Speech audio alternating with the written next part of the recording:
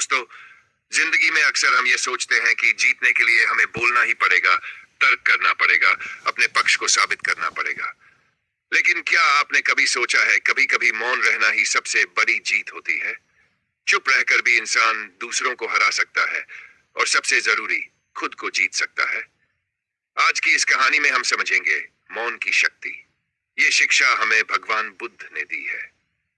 बहुत समय पहले जब भगवान बुद्ध अपनी शिक्षाओं का प्रचार कर रहे थे, तब उनके चारों ओर हजारों अनुयायी इकट्ठा हो जाते थे। उनकी मधुर वाणी, उनके करुणा भरे शब्द और उनका शांत चेहरा लोगों के मन को छू जाता था। लेकिन जहां अच्छाई होती है, वहां विरोध भी होता है। कुछ लोग बुद्ध की बढ़ती ख्याति से जलते थे।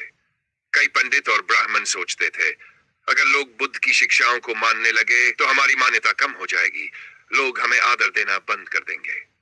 इसी ईर्ष्या से कई लोग बुद्ध को अपमानित करने की कोशिश करते थे। घटना, जब बुद्ध को अपशब्द कहे गए। एक दिन बुद्ध अपने शिष्यों के साथ नगर में भ्रमण कर रहे थे। भीड़ लगी हुई थी, लोग उनके दर्शन पाने के लिए उमड़ रहे थे। तभी एक क्रोधित ब्राह्मण वहां आ गया। उसके चेहरे पर गुस्सा साफ झलक रहा था। वह बुद्ध के सामने खड़ा हो गया और जोर जोर से चिल्लाने लगा। ब्राह्मण, अरे सन्यासी, तुम लोगों को धोखा दे रहे हो। तुमने अपने रास्ते से लोगों को भटका दिया है। तुम्हारी सारी शिक्षाएं बेकार हैं, तुम बस दिखावा करते हो। इतना ही नहीं, वह गालियां देने लगा। भीड़ स्तब्ध रह गई। लोग सोच रहे थे, अब क्या होगा। बुद्ध जवाब देंगे, बहस करेंगे। लेकिन बुद्ध मौन खड़े रहे। उनके चेहरे पर वही शांति बनी रही। ना तो उन्होंने गुस्से में उत्तर दिया, ना ही अपमानित महसूस किया। शिष्यों की बेचैनी, बुद्ध के शिष्य बेचैन हो गए। वे सोचने लगे, गुरुदेव को कोई इस तरह अपमानित करे और हम चुप रहें, यह तो गलत है। कुछ शिष्य तो उस ब्राह्मण को रोकने के लिए आगे बढ़ने लगे, लेकिन बुद्ध ने हाथ उठाकर संकेत दिया, शांत रहो। शिष्य रुक गए। भीड़ भी हैरान थी कि बुद्ध कुछ बोल क्यों नहीं रहे। मौन का उत्तर काफी देर तक ब्राह्मण अपशब्द कहता रहा। आखिरकार थककर वह चुप हो गया। बुद्ध तब धीरे से बोले, भाई, अगर कोई व्यक्ति किसी को उपहार दे और सामने वाला उस उपहार को स्वीकार न करे, तो वह उपहार किसके पास रह जाता है? स्पष्ट है, उपहार उसी के पास रहेगा जिसने दिया है। ठीक उसी प्रकार तुमने मुझे गालियां दी, लेकिन मैंने उन्हें स्वीकार नहीं किया, तो वे गालियां तुम्हारे पास ही रहेंगी। मैं मौन हूं क्योंकि अपशब्द केवल उसी को चोट पहुंचाते हैं जो उन्हें स्वीकार कर लेता है। मैं उन्हें ग्रहण नहीं करता। भीड़ पर असर।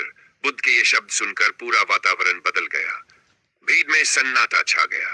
लोग समझ गए कि गाली का असर तभी होता है जब हम उसे अपने दिल में जगह दें। अगर हम मौन रहे तो दूसरा चाहे जितनी कोशिश कर ले, हमें आहत नहीं कर सकता। ब्राह्मण का चेहरा झुक गया। उसे समझ आ गया कि उसका गुस्सा बेकार चला गया। वह बुद्ध के चरणों में गिर पड़ा और बोला, गुरुदेव, मुझे क्षमा करें, मैंने अज्ञानवश आपको अपमानित किया। बुद्ध की शिक्षा, मौन की शक्ति। बुद्ध ने कहा, मौन कोई कमजोरी नहीं है, मौन सबसे बड़ी शक्ति है। जो इंसान अपने शब्दों और भावनाओं पर नियंत्रण कर लेता है, वही सच्चा विजेता है। गुस्से का जवाब गुस्से से देना आसान है, लेकिन गुस्से का जवाब मौन से देना, यही असली ताकत है। जीवन से जुड़ी सीख। गुस्से का जवाब मौन से दो। जब कोई आपको गाली दे, ताना मारे, आलोचना करे, तो तुरंत प्रतिक्रिया मत दो। जी, हर लड़ाई बोलकर नहीं जीती जाती। बहस करने से समाधान नहीं मिलता, बल्कि झगड़ा बढ़ता है। आत्म संयम ही असली ताकत है। अपने शब्दों को नियंत्रित करने वाला हर परिस्थिति पर विजय पा सकता है। मौन मन की शांति लाता है। अनावश्यक बोलना छोड़ो, मन शांत होगा, निर्णय स्पष्ट होंगे। मौन भागना नहीं है, यह समझदारी है। सही समय पर सही प्रतिक्रिया देना ही शक्ति है।